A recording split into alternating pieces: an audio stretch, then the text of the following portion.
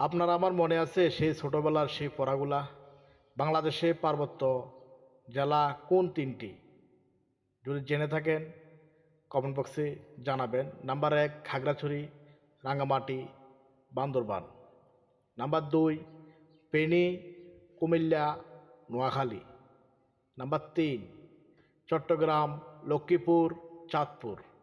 Number ৪ Brahmanbaria, Comilla, Cox's Bazar.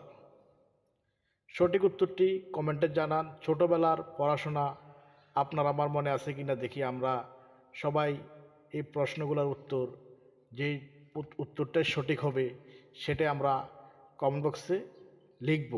এবং এই ভিডিওটি আমরা যারাই দেখব আমাদের সামনে যখন আসবে আমরা কমেন্ট করে ভিডিওটি আমরা শেয়ার করে দেব, যেহেতু অন্য ভাইয়েরাও যেন এই সুন্দর উত্তরটি দিতে পারে।